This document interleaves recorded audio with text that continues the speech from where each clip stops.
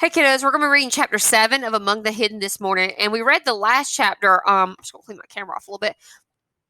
When we read the last chapter, chapter 6, we learned that Dad and Mom have received a tax bill that's 3 times as much as they're used to paying, and this tax bill is on their property taxes for their house. And the reason the tax bill is going up so high is because the houses they've built next door are very fancy, and because they've made those houses super fancy, it's made all the property around them more expensive. And so in chapter 6, that they get the tax bill, and Mom says that she's gotten her work permit and they're hiring at the factory. So now we're in chapter 7. By mid-September, Luke's days had fallen into a familiar pattern. He got up at dawn just for the chance to sit on the stairs and watch the rest of his family eat breakfast. They all rushed now. Mother had to be at the factory by 7. Dad was trying to get all the machinery in working order before harvest, and Matthew and Mark were back to school. Only Luke had time to linger over his uncooked bacon and dry toast. He didn't bother asking for butter because that meant someone would have to stand up and bring it over to him, all the while pretending for the sake of the open window that they'd just forgotten something upstairs. As soon as the rest of his family had stomped out the door, Luke went back to his room and watched out the vents. First, out the front to see Matthew and Mark climb onto the school bus, then out the back, where the new houses were practically finished. They were mansions as large as the gardener's house and barn put together. They gleamed in the morning sunlight as though their walls were studded with precious jewels. For all Luke knew, maybe they were. Hordes of workmen still arrived every morning, but almost all of them worked indoors now. They headed into the houses first thing, carrying rolls of carpet, stacks of drywall, cans of paint. Luke couldn't see much of them after that. He spent more time watching a new kind of traffic, expensive-looking cars driving slowly down the newly paved streets. Sometimes they pulled into a driveway and went to one of the houses, usually trailing a woman who appeared to be talking nonstop. It had taken Luke a while to figure it out. He certainly hadn't dared ask anyone else in his family, but he thought maybe the people were thinking about buying the houses. Once he realized that he studied each potential neighbor carefully. He overheard Mother. Sorry, guys, my phone's ringing.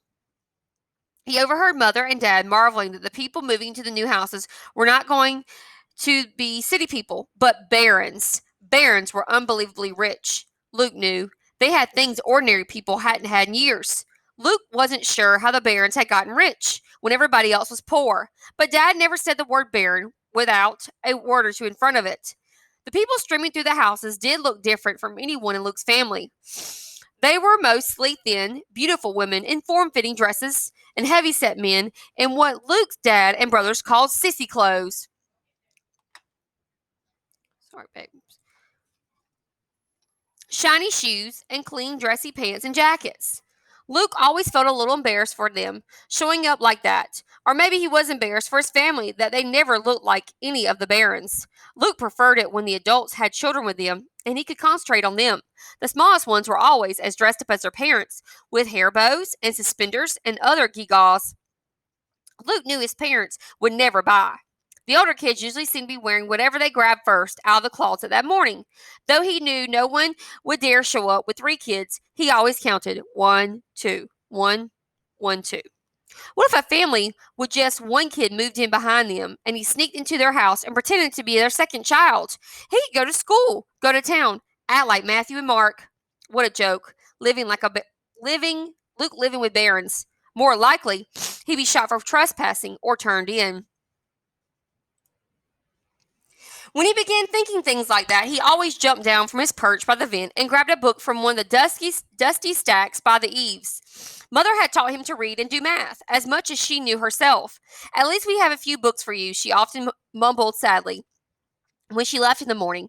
He read all their books dozens of times, even the ones with titles like Diseases of the Porcine Species and Common Grasses of Our Countryside.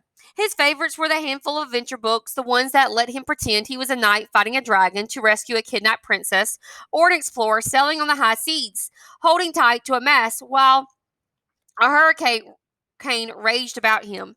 He liked to forget he was Luke Gardner, third child hidden in the attic. Sometime around noon, he heard the door from the mudroom to the kitchen swing open, and he'd go down to eat at the same time as his dad.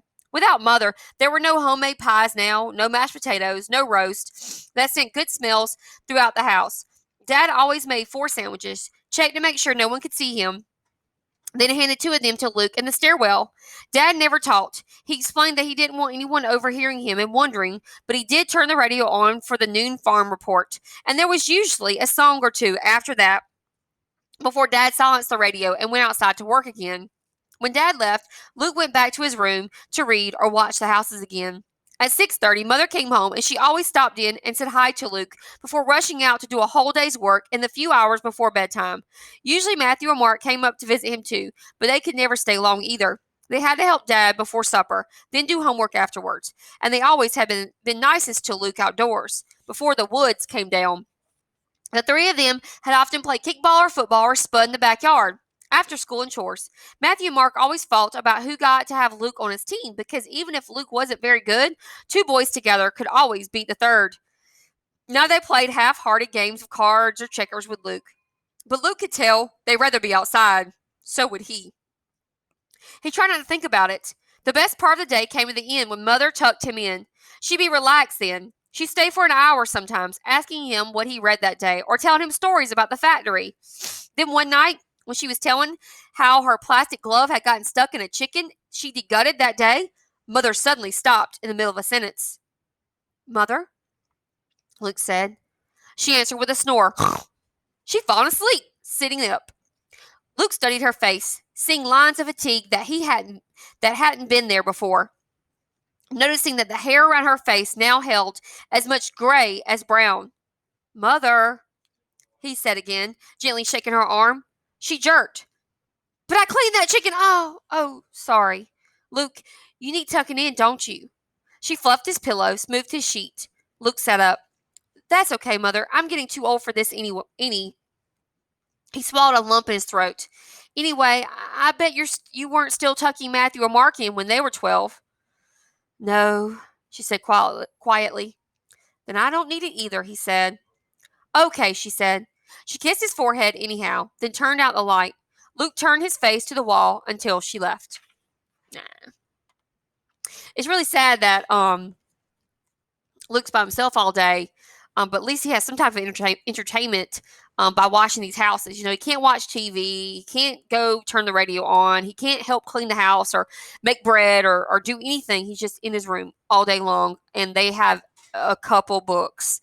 Like 4 or 5 books, and he's read these books over and over. He really doesn't have any entertainment at all, and so he's pretty much secluded and by himself all day, which is really sad. And even Mother, she's so tired. She's working all day and then coming home and doing all the stuff that she's normally would have done. In this dystopia world, they don't go out and buy a loaf of bread. They make their own bread. They don't go out and buy like fast food. They don't have that convenience. They have to make everything from scratch at home. So it's a different type of world. All right, guys, we'll be reading chapter 8 soon. Go ahead and start working on some more of your PowerPoint slides and getting those finished. Thanks.